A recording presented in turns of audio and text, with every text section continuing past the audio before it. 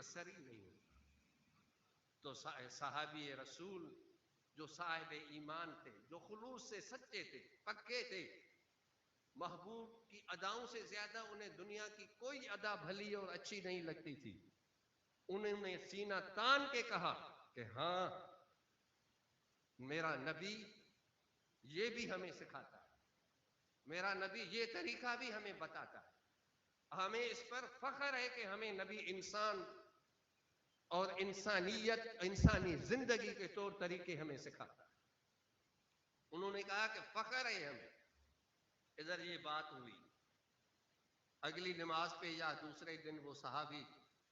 رسول اکرم صلی اللہ علیہ وسلم کی خدمت میں پہنچا، آپ صلی اللہ علیہ وسلم نے پوچھا نام لے کے کہ بتاؤ یہودی نے کیا طنز کیا؟ یہ پتہ نہیں مدینے کے کس کونے میں بات ہوئی، لیکن جس کی نظر پوری دنیا کو دیکھ رہی تھی وہ یہ بھی دیکھ رہی تھی۔ یہ مت سوچئے گا کہ ہم یہاں رحیم یار خان کے کسی کونے میں بیٹھ کے محفل میلاد منا رہے ہیں، نہیں، میرے نبی کی نظر یہاں بھی ہے۔ ہاں، اگر ہم منتظر ہیں، اگر ہم متوجہ ہیں تو رسول اللہ کی نگاہ کرم ہم پر بھی ہے، صرف ہم دعوے دار نہیں، پوری امت اس کی دعوے دار ہے، اور ہمیں ملتا ہے۔ وہ ہمارے پاس آتے ہیں، ہمارے گھروں میں آتے ہیں، اور جو خوش نصیب ہیں وہ جاگتے میں زیارت کرتے ہیں۔ وہ خوش نصیبوں کو یہ سب نصیب ہوتا ہے، یہ سب نصیب ہوتا ہے۔ تو جب اس نے سامنے سے جواب دیا کہ جی حضور اس نے تانا دیا تھا تو میں نے بھی یہ جواب دیا، تو حضور نے شاباشی دی اور فرمایا کہ صحابیوں، میرا اور تمہارا آپس کا تعلق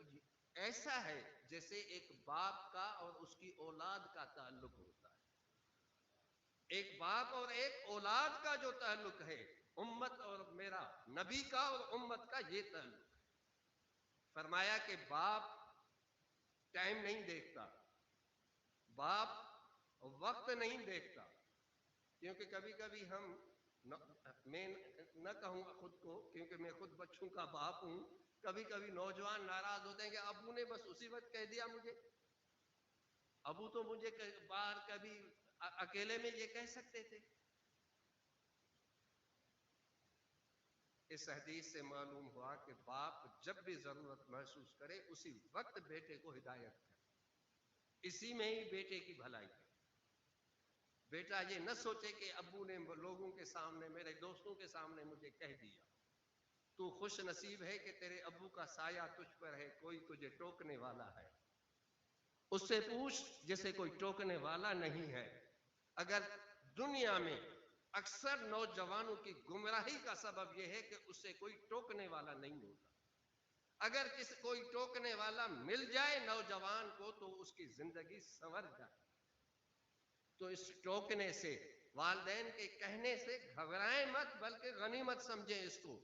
خصوصاً میں اپنے نوجوانوں کو کہتا ہوں، اور والدین سے بھی یہ عرض ہے کہ بچے کی خامی دیکھیں، بتا دیں کہ یہ آدمی بھول جاتا ہے، عین موقع پہ کہہ دینا اس کو زیادہ اثر انداز ہوگا اور وہ زیادہ سمجھے گا، اور بچوں کو یہ چیز سمجھائیں بھی۔ والد انتظار کرے موقع کا، ٹائم کا، بھائی والد کا کام ہے کہہ دینا، کیونکہ وہ تیری زندگی کو ستھرا دیکھنا چاہتا ہے، ٹھیک دیکھنا چاہتا ہے، اس چیز کی طرف بھی توجہ کریں۔ بہرحال میرے نبی نے فرمایا کہ میرا تعلق اس باپ کی طرح ہے جو وقت اور ٹائم کو نہیں دیکھتا بلکہ ضرورت کو دیکھ کر ہر چیز بتا دیتا ہے۔ والدین کیا نہیں سکھاتے؟ ہاتھ دھونا، استنجا، کپڑے پہنانا، جوتی پہنانا، کتاب اٹھانا، برتن اٹھانا، لقمہ اٹھانا، کیا کچھ نہیں سکھاتے؟ جانور کو انسان بنا دیتے ہیں، یہی والدین تو ہیں۔ آج جو تو کھاتا ہے اور اتراتا ہے یہ تیرے والدین کا صدقہ ہے، اور اس پہ تو یہ بھی ان کا شکریہ ادا نہیں کر سکے گا زندگی بھر، چاہے کتنی بھی خدمت کرے۔ تو رسول اللہ صلی اللہ تعالی علیہ وسلم نے ارشاد فرمایا کہ میرا تعلق ایک باپ کی طرح ہے، اور باپ ہر چیز جو بھی نقص دیکھے گا اپنی اولاد میں وہ بتائے گا۔ فرمایا کہ میں یہ دکھاتا ہوں، میں یہ تمہیں سمجھاتا ہوں۔ آپ صلی اللہ علیہ وسلم نے یہ بھی فرمایا کہ استنجا پر جب بیٹھو تو بیٹھو کیسے، کس گھٹنے پر، اگر ایک ہے پیشاب ہے صاف لفظوں میں کہہ دو کہ کس گھٹنے پر زیادہ وزن ہو، اگر آپ پائخانہ یا ٹٹی کر رہے ہیں تو کس پر زیادہ ہو، یہ بھی حدیثوں میں واضح ہے، یہ بھی واضح ہے۔ آپ صلی اللہ علیہ وسلم کی ایک چیز میں بتا دوں، آپ نے فرمایا کہ سخت زمین پر پیشاب نہ کرو، چھینٹے اٹھیں گے تو تمہارے کپڑے گندے ہو جائیں گے، تو تمہارا بدن گندا ہو جائے گا، پتہ نہیں کس کس جگہ چھینٹے لگ جائیں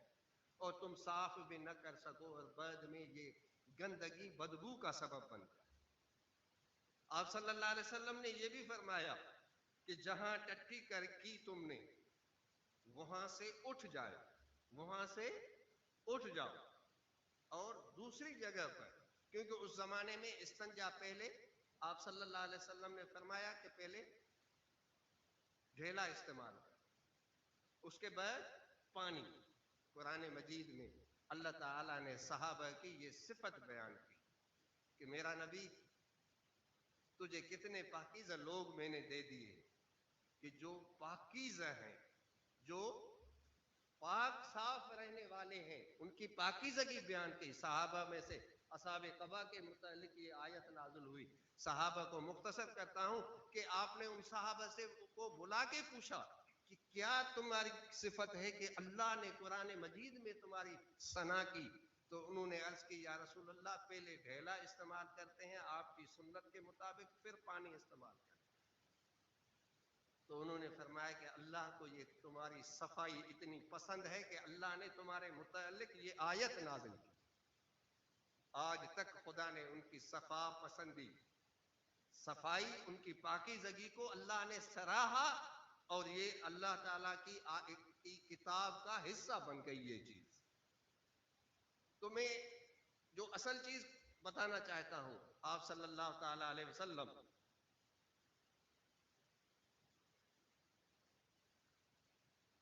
صحابہ کو کیا فرمایا کہ صحابہ کو فرمایا کہ جہاں پر کچھ لفظ کھل کے کہہ رہا ہوں تاکہ سمجھانے کا معاملہ ہے، جوش خطابت دکھانے کا معاملہ ہے نہیں، اور نہیں مجھے جوش آتا ہے، سیدھی سادی سی باتیں ہیں آپ سے کر رہا ہوں۔ تو میں جو اصل بتانا چاہتا ہوں کہ آپ صلی اللہ علیہ وسلم نے فرمایا جہاں تمہارا پائخانہ گرا، ٹٹی کی، وہاں پر خود کو صاف نہ کر، صفائی وہاں نہ کر، پانی وہاں استعمال نہ کرو اسی جگہ، بلکہ وہاں اس جگہ سے اٹھ جاؤ، دوسری جگہ جا کے پانی استعمال کرو، خود کو صاف کرو۔ صدیاں گزر گئیں، صدیاں بیت گئیں، اس وقت تو مسلم امت یہ نہ دیکھتی تھی کہ فائدہ کیا ہے، امت تو صرف یہ دیکھتی تھی کہ میرے نبی کا یہ حکم ہے اور اس کی یہ سنت ہے، یہی کافی ہے۔ یہی اعتماد، یہی اعتقاد مسلمانوں کے لیے قابل ثواب ہے۔ اگر نفع نقصان کو دیکھا تو ہم تو نفع نقصان کے پیچھے پڑے نا، نبی کی تابعداری کون سی کی؟ صدیاں بیت گئیں، چند سال پہلے ہیپاٹائٹس کا مرض بڑھ گیا۔ اچھا، اس میں یہ بھی آپ صلی اللہ علیہ وسلم نے فرمایا کہ گندی جگہ پر پیشاب نہ کرو، گندی جگہ پر پائخانہ نہ کرو، گندی جگہ پر۔ یہ ہمارے ہاں شہروں میں پرانا، اب تو گٹر بڑے بڑے بند بھی بن گئے، لیکن پہلے نالیاں بہتی، نالی میں یا کہیں وہ پانی گندا اکٹھا ہوتا تھا، وہیں پر لوگ کھڑے یا جگہ دیکھ لی تو وہیں پر پیشاب کر لیا۔ آپ صلی اللہ علیہ وسلم نے فرمایا کہ گندی جگہ پر پیشاب نہ کرو، جہاں استنجا کرنا ہے تو پائخانے کی جگہ سے اٹھ جاؤ، یہ آپ کا حکم ہے۔ ہیپاٹائٹس بڑھ گیا تو اس پر ایک کمیٹی بٹھائی گئی ڈاکٹروں کی اور سائنسدانوں کی کہ یہ اس کے بڑھنے کا سبب کیا ہے۔ تو ڈاکٹروں نے کہا کہ اس کے بڑھنے کا سبب ایک یہ ہے کہ لوگ نالیوں میں جہاں سے گندا پانی جاتا ہے، نکاسی کا پانی، اس پر بیٹھ کر گندے پانی میں پیشاب کرتے ہیں، تو گندگی میں جراثیم ہیں، پیشاب کی نالی وہاں تک پانی جاتا ہے، اسی نالی کے ذریعے اندر کو جراثیم چلے جاتے ہیں۔ اور دوسری انہوں نے وجہ یہ بتائی، بہت سی وجوہات انہوں نے بیان کی ہیں، لیکن میں جو اپنے موضوع کے لحاظ سے عرض کرنا چاہتا ہوں کہ دوسری انہوں نے وجہ یہ بتائی کہ وہ پائخانہ کر کے اسی پر ٹٹی کرتے ہیں، وہ پانی نیچے جاتا ہے، اس پائخانے میں جتنے بھی جراثیم اور گندگیاں ہیں وہ جراثیم پھر واپس، وہ پانی چونکہ اوپر گرتا ہے تو جراثیم واپس پیٹ میں اندر کو چلے جاتے، پھر آدمی بیمار ہو جاتا ہے۔ میں نے جب یہ رپورٹ پڑھی میں دنگ رہ گیا کہ جب دنیا کو کچھ معلوم نہیں تھا، نہ ہی ان بیماریوں سے کوئی واسطہ پڑا تھا، نہ یہ وائرس پیدا ہوئے تھے، صدیوں پہلے محمد عربی نے اپنی امت کو محفوظ راستہ بھی بتا دیا کہ اس طرح گندگیوں میں نہ پڑو، اس طرح اپنی صحت کی اور اللہ کی اس نعمت کی، صحت کی قدردانی کرو، بچو اس گندگی سے۔ اگر ہم سنت رسول پہ چلیں گے تو خود صحت مند رہیں گے، بیماریوں سے محفوظ رہیں گے۔ کس کس نعمت کا تذکرہ کریں، کیا کیا ہمیں نہیں انہوں نے سکھایا۔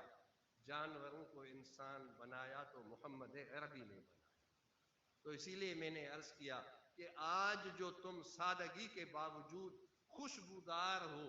آج بھی تم نہاتے ہو، آج بھی تم صفائی کے بعد پاکیزہ زندگی گزار رہے ہو، ایک پاکیزہ جسم تمہیں نصیب ہے، میاں بیوی ملتے ہیں، غسل کرنا تمہیں نصیب ہے، یہ ایسی نعمتیں دنیا کو پہلے معلوم ہی نہیں۔